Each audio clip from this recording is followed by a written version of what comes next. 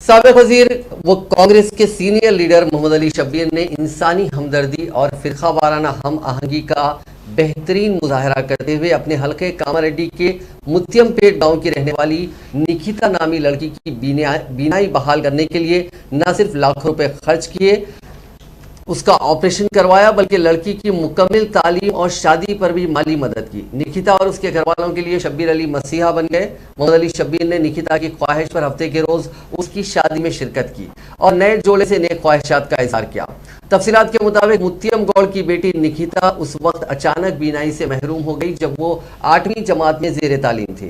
गांव के कांग्रेस कायदीन की जानिब से निकिता की सेहत और घर वालों की माली हालत जानने के बाद मोहम्मद अली शब्बीर ने उस लड़की को हैदराबाद के कॉर्पोरेट हॉस्पिटल में शरीक करवाया और आंखों से मुतालिक मुख्तलिफ टेस्ट करवाने के बाद डॉक्टरों के मशवरे पर ऑपरेशन करवाया, जिसके नतीजे में निकिता की बीनाई वापस आ गई। उसके बाद मोहम्मद अली शब्बीर ने उस लड़की की तालीम और शादी की भी जिम्मेदारी कबूल की और अपने वादे के मुताबिक तालीम मुकम्मल होने के बाद शादी करवाई।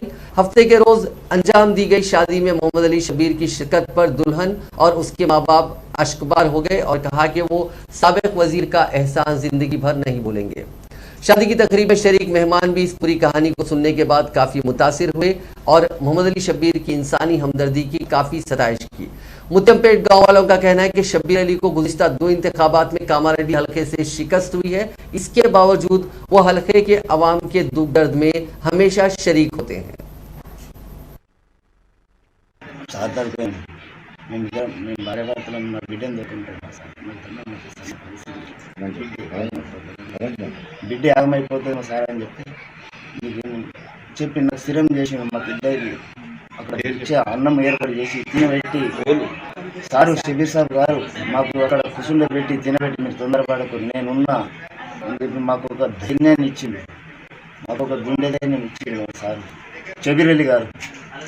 అక్కడనే ఉంచుకున్నాడు, ఒక రోజు ఉంచుకొని మీరు ఆగం కాకూరి నేను మాట్లాడతా, డాక్టర్ సాబ్తో మాట్లాడతా అని మేదీపట్నం అది అక్బర్ హుసేన్ హాస్పిటల్ అనుకుంటా